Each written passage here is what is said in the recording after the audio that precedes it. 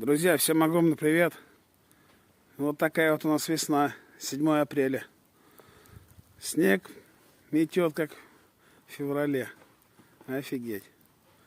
Вот такая вот весна. Вроде уже все оттаяло, полянки, луга. Даже покопать можно было бы съездить, но опять зима вернулась. Ждем весну, когда тогда она будет.